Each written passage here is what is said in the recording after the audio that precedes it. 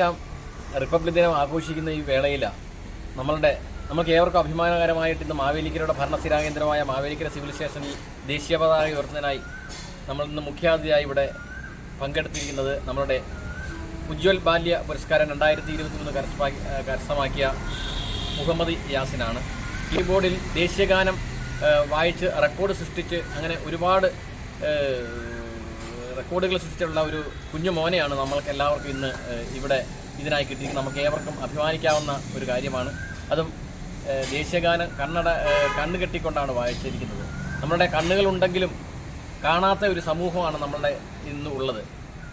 ഒരു മനുഷ്യന് അടിസ്ഥാനപരമായി വേണ്ടത് ഉൾക്കാഴ്ചയാണെന്നുള്ള ഒരു സന്ദേശം കൂടി അതിൽ കൂടി പ്രകടിപ്പിച്ചിരിക്കുകയാണ്.